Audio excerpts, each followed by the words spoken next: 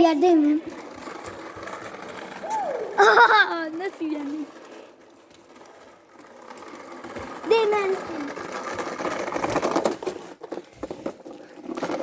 और इस तरह अली की गाड़ी का बेड़ा गर्क हो गया। ये अली जी ये टूट जाएगी गाड़ी आपकी।